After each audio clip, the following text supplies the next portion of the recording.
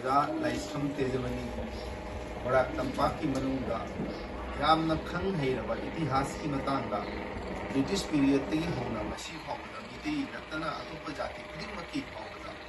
महाकी मफमदा लेबा ज्ञान नॉलेज से अतांगमनी अदुगुमा अखोइगी नॉलेज की पुखई ओइरबा महाकसिना अदुगुसे मिति जाति नते अतोप जाति सु याम चाव मांगजबनी मसिना क्रिएट तौरिबा बेकम अहांबा सुनो मफम असी नेगरबदा याम मारबे हाइना नेशनल मणिपुर असी फॉर्मली मान हिंदी मतंगा इरा मतान मान अमल है ना याम नती होय मान इरा पकनगागिनी इंटेलेक्चुअल अमोइना इति गलतन तो काम मशमा बु याम चल खम्मी अमशु महाती नंथोरपा इंग्लिश थाबा इंग्लिश की मथक मागी बा नॉलेज दु मयाम सिखा महाना असम मणिपुर पॉलिसी फ्रंट की प्रेसिडेंट ओइरिदा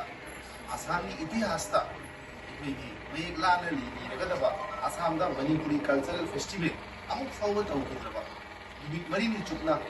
ओजा हेमंत यावना ओजा बाशी यावना ओजा आईसी यावना ओजाना प्रेसिडेंट ओइरगा फजना माइपुनना ओरगा अखोइगी बोंगो भवनदा नुमित मरिनि चुकना मणिपुरी कल्चरल फेस्टिवल तौगिबा सिंचर की मयोंदा मितेगी इजेत मितेगी पेना मितेगी पुंग अमदी मितेगी ओइबा लाई हराउबगी माइबी क्या यावना पुंग चत्तुना रेली तौबदा मयाम हाइनरि अखोइना मणिपुरी कल्चर हाइदु करी लाइदो जरे हाइदना ओजाबु मांगना तौबगा थबक क्या पांथोखिबलनि अदुगी मतुंगसु जिला लेबाकी थबक थौरम कया ओजाना पुरमि मदुदसु नतन भाइबी चंद्र फुंसिंग मरुपना चिंबा ग्रुप कयादा ओजासे यावी अमदी अखोइगी सिलचरदा इराबोट सिटी रोखा कमिटीनसु ओजाबु यामना मतम चुकदा इकाई खुलना खनाइबा मोइना पुरगा अखोइ थबक सुमिनबनि ओजाना